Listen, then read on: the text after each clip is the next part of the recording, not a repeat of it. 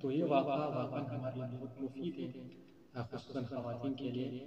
واقعہ یہ تھا کہ ایک خاتون تھی، عورت تھی، وہ اپنے محلے میں جو پیر تھا، اخوند تھا، اس کے پاس گئی تعویذ لینے۔ جب وہ اخوند کے پاس پہنچی تو اس نے اخوند سے کہا کہ میرے لیے ایک تعویذ کی ضرورت ہے، ایک ایسی تعویذ چاہیے کہ جس سے میں اپنے شوہر کو اپنے کنٹرول میں رکھ سکوں، یا وہ میری ہر بات مان جائے۔ تو پیر بھی تھوڑا سنجیدہ قسم کا بندہ تھا، اس نے کہا کہ یہ کام ممکن ہے، ہو سکتا ہے، لیکن تھوڑا مشکل ہے۔ مشکل اس لیے ہے کہ اس کام کو کرنے کے لیے مجھے شیر کی گردن کا ایک بال چاہیے۔ عورت تھوڑا پریشان ہو کے واپس گھر آئی،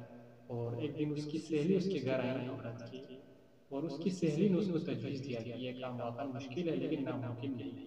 تو اس کی سہیلی نے یہ تجویز دی کہ آپ روزانہ جنگل میں کچھ مقدار گوشت لے کے جائیں، اور کسی جگہ پر رکھ کے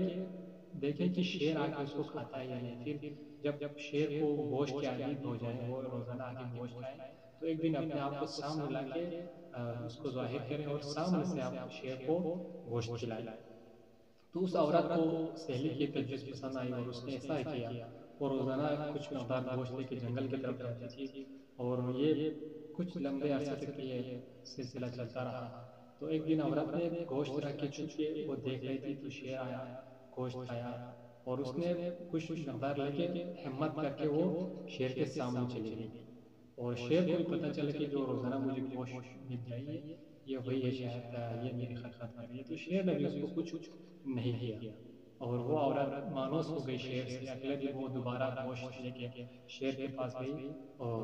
جنگل میں شیر کو اس نے گوشت کھلایا، اور پیار سے اس کے گردن پر وہ ہاتھ پھیرنے لگی عورت۔ تو ہاتھ پھیرتے اس نے ایک بال شیر کے گردن سے نکال لی۔ پھر وہ واپس پیر کے پاس آ گئی اور پیر سے کہنے لگا کہ جو چیز آپ کو ضرورت تھی وہ میں نے مہیا کر لیا ہے، شیر کے گردن کا میں نے بال لایا ہے۔ یہاں پر مسجد میں پیر نے بہت خوبصورت انداز میں عورت کو سمجھایا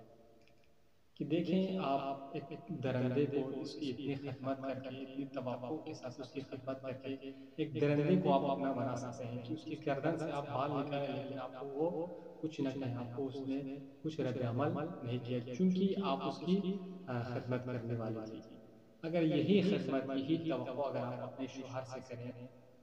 اپنے گھر والوں سے کریں، تو آپ کو کسی تعویذ کی ضرورت نہیں۔ انسان پھر بھی انسان، ایک درندے کی آپ خدمت کر کے اتنا اس سے مانوس ہو سکتی ہے، تو یقیناً انسان سے آپ اس سے بہتر انداز میں آپ اس سے مانوس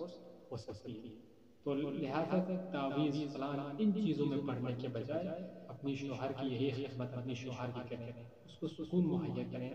ہر ممکن اس کی خدمت کریں، تو وہ بھی اس کے دل پر آپ کی حکمرانی ہوگی، وہ آپ کی ہر بات مانے گا، وہ اپنی ہر ممکن کوشش سے آپ کی وہ خدمت کرے گا۔ تو لہٰذا ہمارے معاشرے میں یہ ایک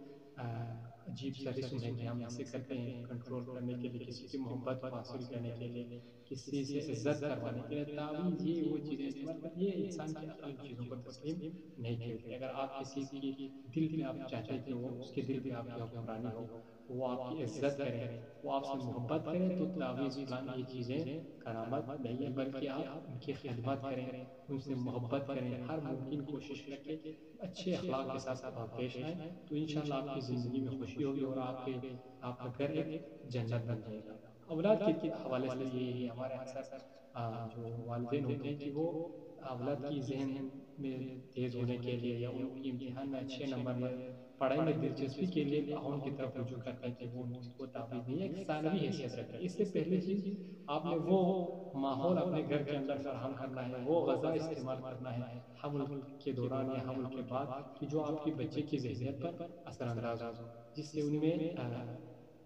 ذہنی نشو و نما ہو۔ ایسی خوراک استعمال کریں، اپنے گھر کے اندر ایسے ماحول پیدا کریں کہ بچے جو ہے نا ان کی دلچسپی پڑھائی کی طرف ہو۔ اگر آپ گھر کا ماحول مناسب نہیں ہے، آپ کے بچے گھر میں ڈپریشن کے شکار ہیں، تو پھر آپ جتنے تعویذ لا کے آپ بچے کے گردن میں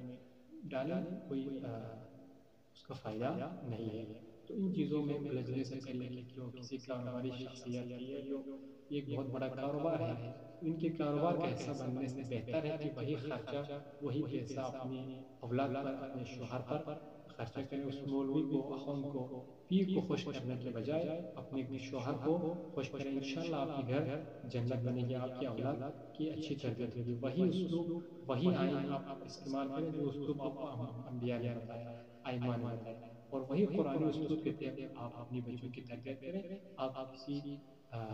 پیر کے، کسی اخوند کے خوش رشتے کی آپ کو ضرورت نہیں ہوگی۔ تو انشاءاللہ امید کرتے ہیں کہ آپ وہی سیرت انبیاء اور ائمہ پر چل کے اپنی اولاد کی، اپنے شوہر کی آپ خدمت کریں گے اور ان کی تربیت کریں گے۔ اگر آپ کو ہماری ویڈیو پسند آئی تو ہمارے ساتھ تعاون کرنے کے لیے بصیرت یوٹیوب چینل کو ضرور سبسکرائب کریں۔ والسلام علیکم ورحمۃ اللہ وبرکاتہ۔